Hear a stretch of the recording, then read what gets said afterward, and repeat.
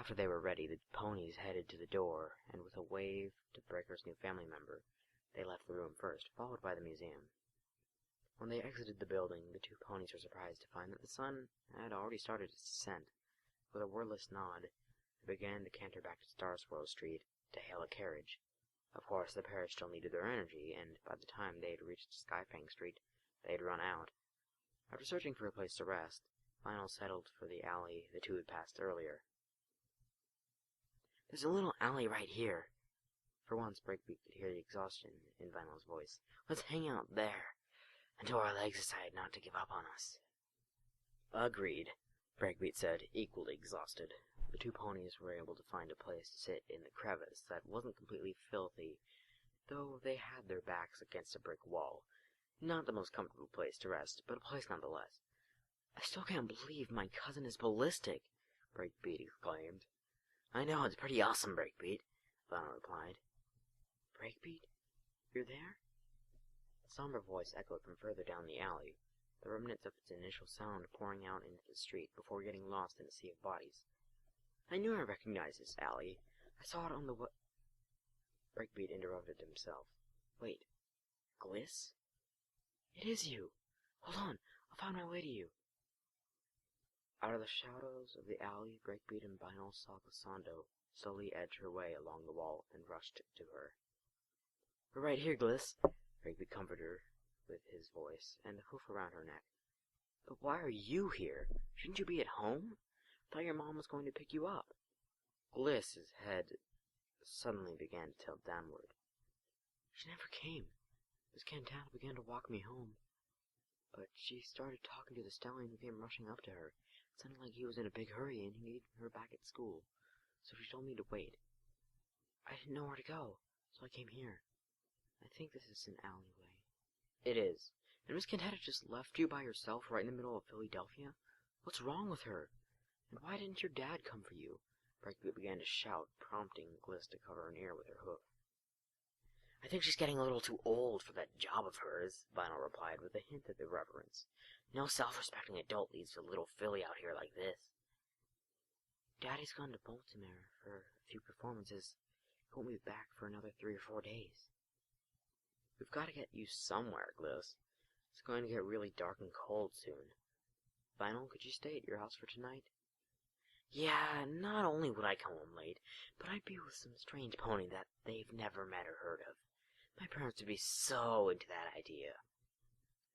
"Then I guess it's my house. Gliss, are you okay with that?" Glissando nodded yes. "All right, then," Breakbeat said. "Vinyl, we're not resting. We've got to get home before somebody tries to hurt Gliss." The sightless filly's head tilted even further down. "I'm not any trouble, am I? You two should get your rest." Gliss pulled her head up and somehow managed to look Vinyl in the eyes. "Breaker's got a point. We need to get you out of here before some weirdo tries to hurt you. Come on, both of you. It's not totally dark, but we can still get a carriage ride to Breakbeat's house and drop you two off." "What about you, Vinyl? Won't you stay with us?" Breakbeat asked. "I've got to face the wrath of Mezzo-Soprano, remember?" he sighed. "Now, like I said, come on." Breakbeat held Gliss close and began to walk out of the alley with Vinyl in tow. After finding herself and the other two back on the street, Vinyl trotted in front of the two, taking charge of their group. "Hey, did you hear about the murder?" "Oh dear, who was it this time?" The pair of mares conversed only about 10 feet from the trio. "You'd think they'd save this conversation for later, when there's not a couple of school ponies right next to them," Vinyl thought to herself. She didn't have an ID with her.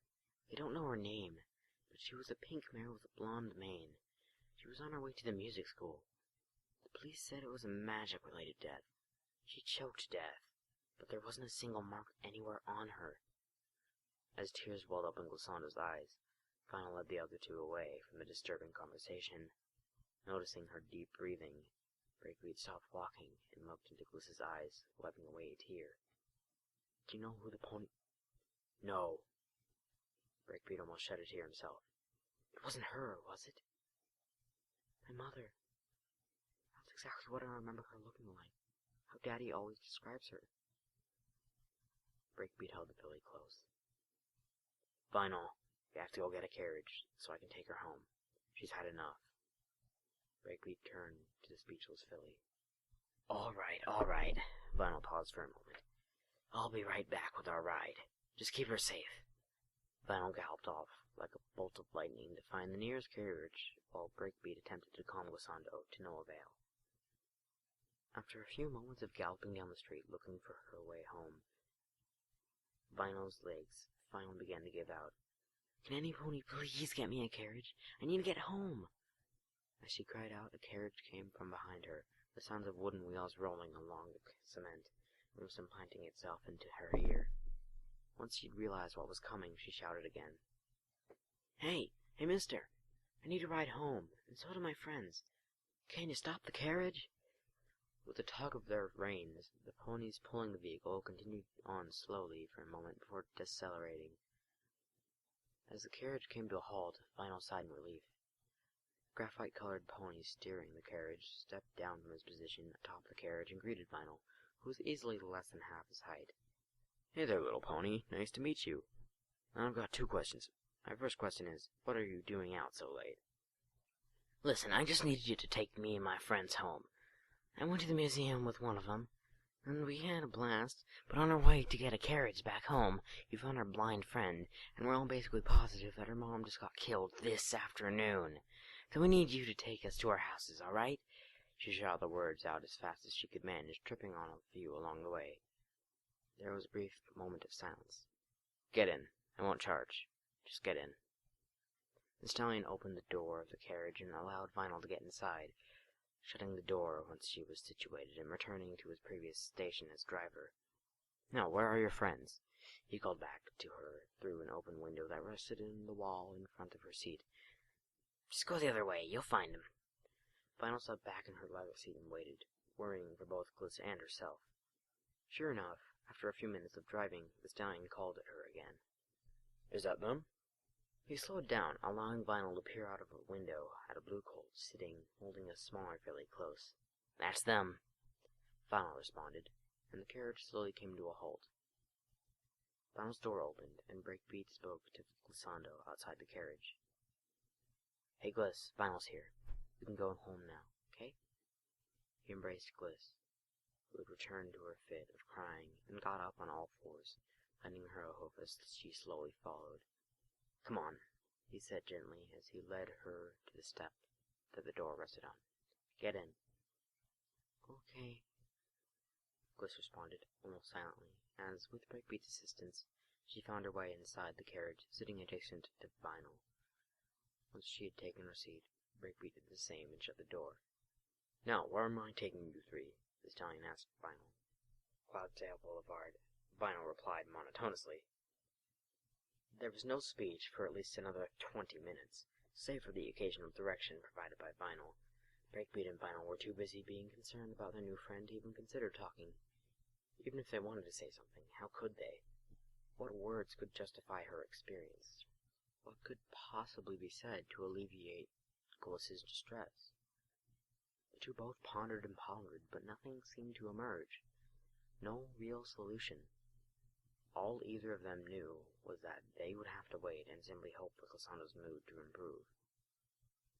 During the entire 40-minute ride home, Breakbeat couldn't help but hold Gliss close for comfort, as that seemed to be his only current solution of any sort. When the carriage stopped in front of 23 Cloudsdale Boulevard, Vinyl breathed a heavy sigh. The day was finally about to be over. Gliss, we're at my home. You can stay here until your dad gets home, okay? Breakbeat pulled away from the filly. Okay, Breakbeat. And both of you, thank you so much. Vinyl smiled ever so slightly and spoke. It's our pleasure, Gliss. Both of you, have a great night. Breakbeat replied. We will. Good night, Benny. See you, Breaker. Her 2 companions left with a slam of the door and began to travel down the path to Breakbeat's home. Okay, driver, 57 Cloudsdale. Can do, ma'am. Wheels began to roll again after only a short time. They had stopped, this time in front of Vinyl's house. Thanks for your help, mister. Couldn't have got home without you, and I know how Gliss appreciates it. Vinyl opened the carriage door and made her way out. Anything for a cute filler like yourself. Now, have a good night. She nodded wordlessly at this time. Come on, boys, the night's almost over. The driver lashed his reins, and the two ponies he steered went into a canter. Once they had completely left Vinyl's field of vision, she walked slowly down the cobblestone path to the door of her home and opened it. Inside, as if she wasn't expecting it, were both of her parents. Her mother, looking infuriated, walked straight up to Vinyl, gave her a deathly stare, and asked a question Vinyl had seen coming since the moment she left school. Where have you been? Apparently this was going to be an even longer and worse evening than Vinyl had expected. Whew. That was 36 minutes and 20.6 seconds straight of reading. And I am finally done with that chapter. I am so glad I do that by paragraph, rather than like all in once, because it would be a lot worse if I did it all at once. So many fails, I can't speak. And so yeah, if you liked this video, hit the subscribe button, as well as the like button. And if you didn't like the video, hit the dislike button next to the like button, and tell me why you didn't like the video in the comments below. I will be sure to fix that in the next episode. In the next chapter, video, whatever. Ew, there's something in my water.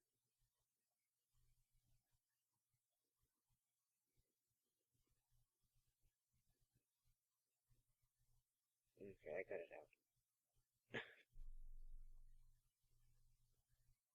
So if you have any suggestions for fanfics you want me to read, leave them in the comments, and I'll be sure to check those out, see if I like them, see if I want to read them.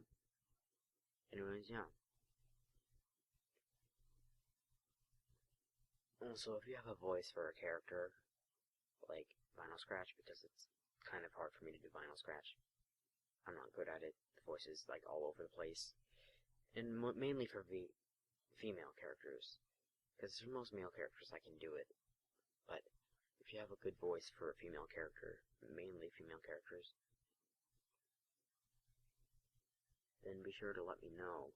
Because I'd be more than willing to let you read the parts for Vinyl Scratch, or for whatever other character it is in a fanfic. Anyways, yeah. So this is me, signing out. Peace!